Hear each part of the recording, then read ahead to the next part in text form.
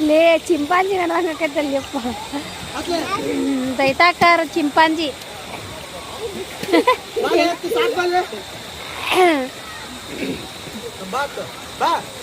ಕಾಲ್ ಬಿಡ ಹತ್ತು ಹತ್ತರ್ವಾ ನೀನು ಹತ್ತ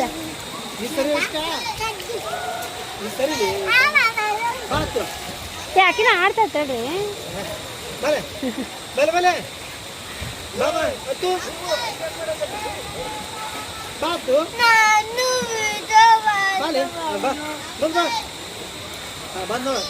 ಯಾರು ಕರೆಯತ್ತ ಹುಡುಗಿ